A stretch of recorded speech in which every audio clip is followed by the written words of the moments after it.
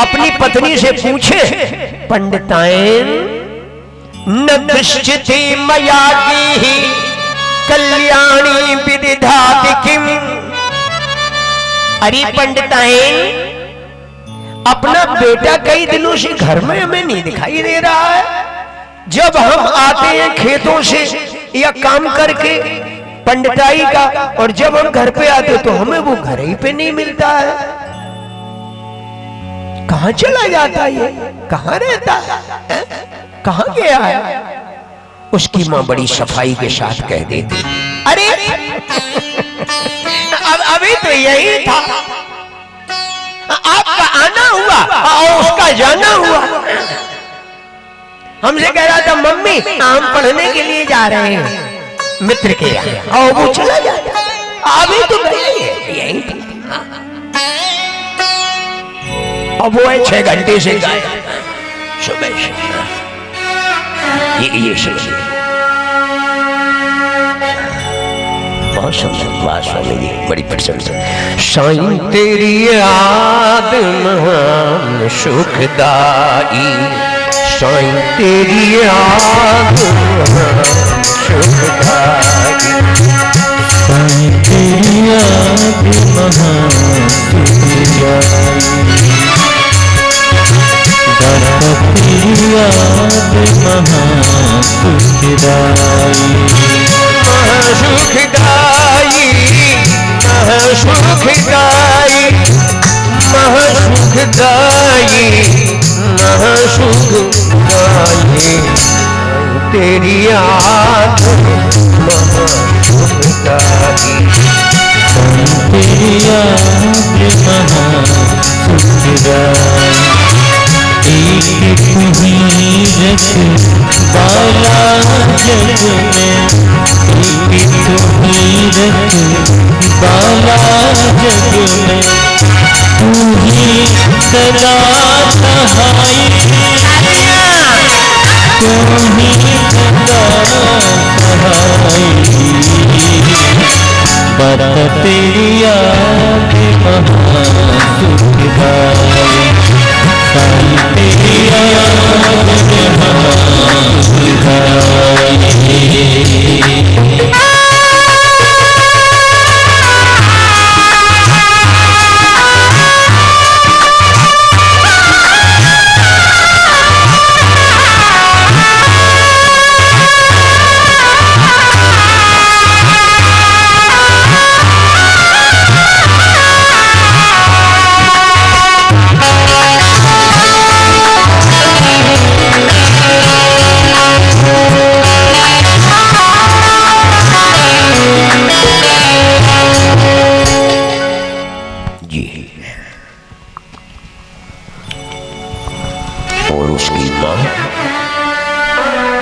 अपने बेटे के दोषों को अपने पिता से, उसके पिता से इसलिए छुपाती थी, जानती तो वो सब थी कि हमारा बेटा कहां गया, क्या करता है, सब जानती, छुपाती क्यों थी? इसलिए कि कहीं अगर इसके पिता ने ये जान लिया तो वो उसे बहुत पीटेंगे, और वो पिटाई हम पर फिर अपने बेटे की देखने नहीं आएगी, इसलिए वो छुपाती रही। हालांकि कष्ट उसे बहुत था इस बात का कि हमारा बेटा बिगड़ रहा, इस वजह से वो कई बार एकांत में बेटे को बिठा करके तो उसे समझाती थी।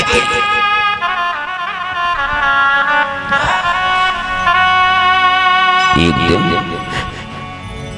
उसने अपने बेटे को एकांत में बुला करके समझाया, बेटा सुनो, आच्छादयामिति नित्यं पितुर अग्रे कुचेष्टितम्। आखिर में कब तक तुम्हारे पिता से तुम्हारे दोषों को छुपाती रहूंगी? तुम देखो ना कि आज सदाचार के कारण तुम्हारे पिता का समाज में कितना बड़ा सम्मान है, कितनी प्रतिष्ठा है। इसलिए बेटा अपने पिता का नाम ऊंचा करने के लिए तुम भी मन अपना पढ़ने में लगाओ है, जिससे उनके अच्छे पुत्र के माध्यम से उनका नाम और ऊंचा उठ सके। क्योंकि बेटा ब्राह्मणों का धन है सद्विद्या और सत्संग। फिर भी मेरी समझ में नहीं आता है कि आखिर तुम दिन दिन भर और रात रात भर रहते कहां? तुम्हारी ऐसी आदतों को देख करके ही तो मैंने तुम्हारा विवाह एक कुलीन परिवार की बेटी के साथ कर दिया है कि शायद अब कम से कम इसी बहाने घर में रह करके तुम्हारा जीवन सुधर जाए। देखो ना, तुम्हारी उम्र 19 साल की और जिस बेटी से तुम्हारी मैरिज हुई है उसकी उम्र 16 साल की। ऊनिविंशति कोशित्वम ऐसा षोडश वर्ष की।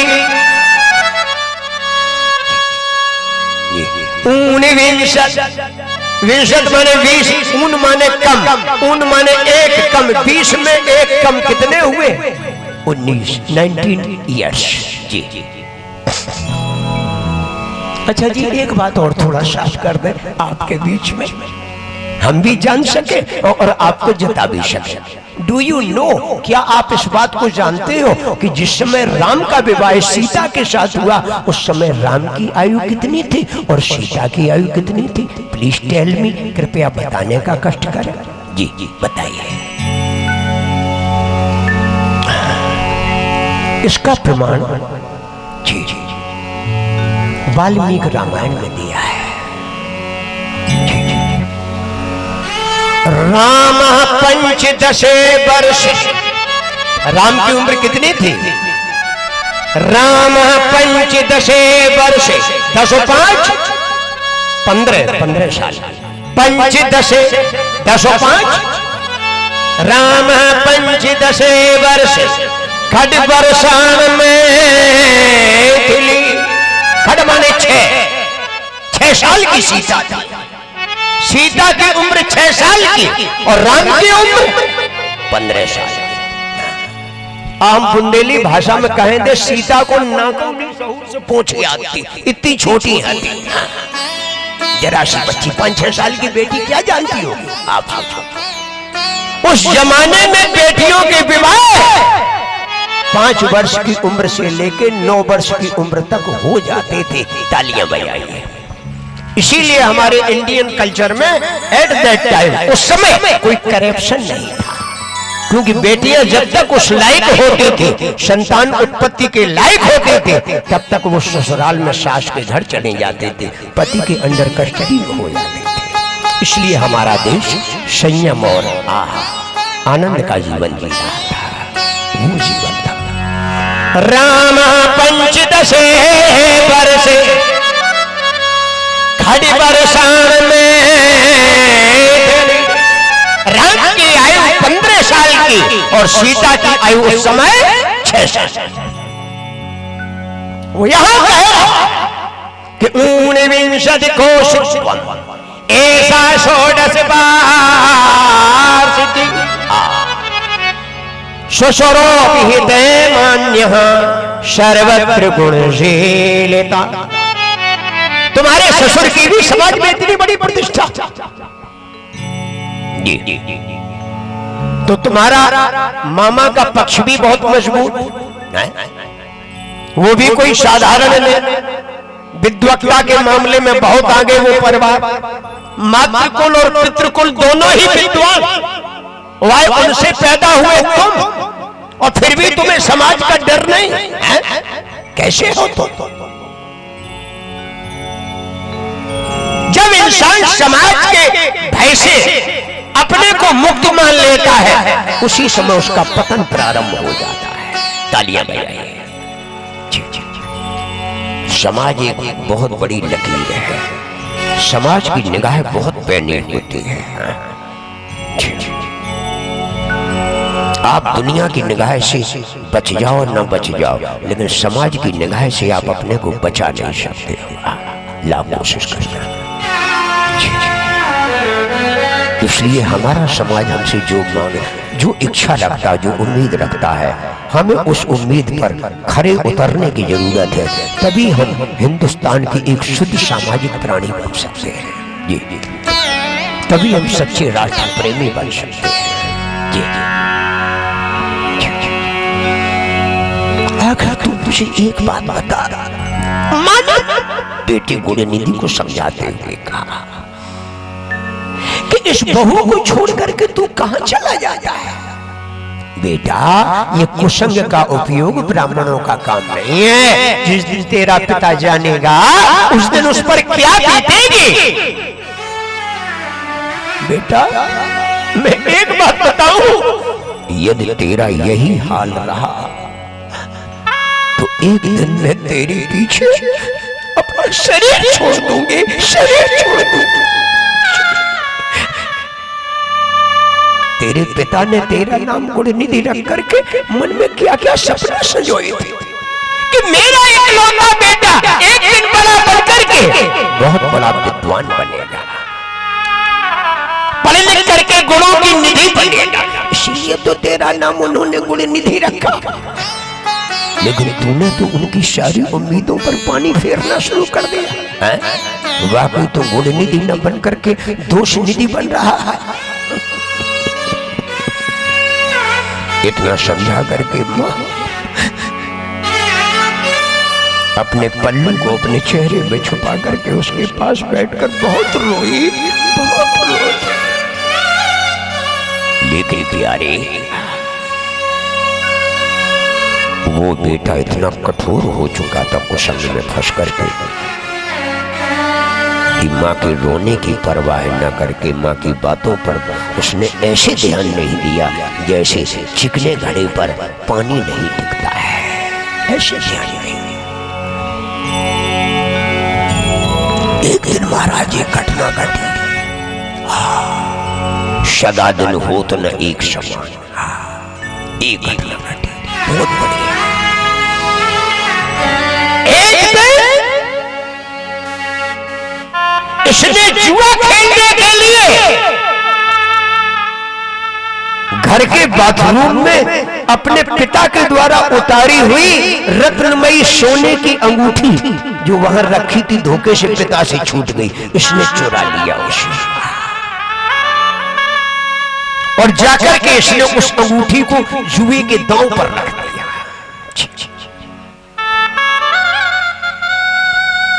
न्यस्तम रत्नमयीम गेहि करस्य पितुर ऊर्मिकाम।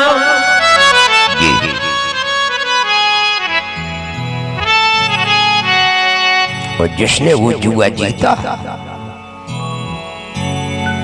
वो उस अंगूठी को पहने हुए बैठा था। चबूतरे पर अगले दिन सुबह ऐसे और पंडित जी खेतों पे सुबह गए, वहां से लौट रहे थे। उन पंडित जी ने वो अपनी वाली अंगूठी उसके हाथ में देख ली, उस दूसरे जुआरी के हाथ में। चमचम चमचमाए वो चमचम चमचम हीरों की जड़ी हुई अंगूठी। पंडित जी बोले, ए उर्मिका, उर्मिका कहते हैं अंगूठी को, मुद्री मुद्री अंगूठी। क्यों भाई, ये अंगूठी तुम्हें कहां से मिली? जैसी इतना कहा, पंडित जी की बात सुनकर के जुआरी बोला, तुम तो ऐसे कह रहे हो जैसे हमने ये चुराई हो। चुराई थोड़ी है, तुम्हारे जुआरी बेटे से हमने इसे जुआ में जीता है। हाँ ठीक ठीक ठीक, एक मिनट के लिए रुकावट के लिए खेद है। आइए हम अपना माइक अपने भैया को दे रहे हैं। जय श्री राधे। हमारे बीच हमारे परम आदरणीय भाजपा प्रदेश महामंत्री आदरणीय रणवीर सिंह रावत जी हमारे कार्यक्रम में पधार रहे हैं। एक बार भाई साहब के लिए जोरदार तालियों से स्वागत करेंगे। एवं हमारे क्षेत्रीय विधायक उनके सुपुत्र आदरणीय मुकेश खटीक जी हमारे बीच पधार चुके हैं। एक बार सभी लोग हमारे क्षेत्र के नेताओं के लिए जोरदार स्वागत करेंगे एवं हमारे व्यासपीठ के लिए महाराज जी को माल्यार्पण करेंगे एवं आशीर्वाद ग्रहण करेंगे। जय श्री राधे। साथ में आदरणीय जयप्रकाश सोनी जी जो वरिष्ठ भाजपा नेता और धनारा निवासी पधारे, स्वागत बंदन अभिनंदन है। अलवी से आदरणीय पुष्पेंद्र यादव जी सरपंच पूर्व जनपद सदस्य और मंडल अध्यक्ष हमारे बीच उपस्थित हुए हैं। आदरणीय धनारा के सम्मानीय नीटू द्विवेदी वर्तमान जनपद सदस्य सरपंच प्रतिनिधि, आपका भी स्वागत बंदन अभिनंदन है। मंडल अध्यक्ष वीरेंद्र यादव जी, गणेश पाटवाई मालिक आदरणीय मुकेश कंधरिया जी, रामकृष्ण यादव जी, देवेंद्र भेंटे जी, रूप सिंह यादव जी, शिव सिंह यादव जी, सभी महानुभावों का स्वागत बंदन अभिनंदन।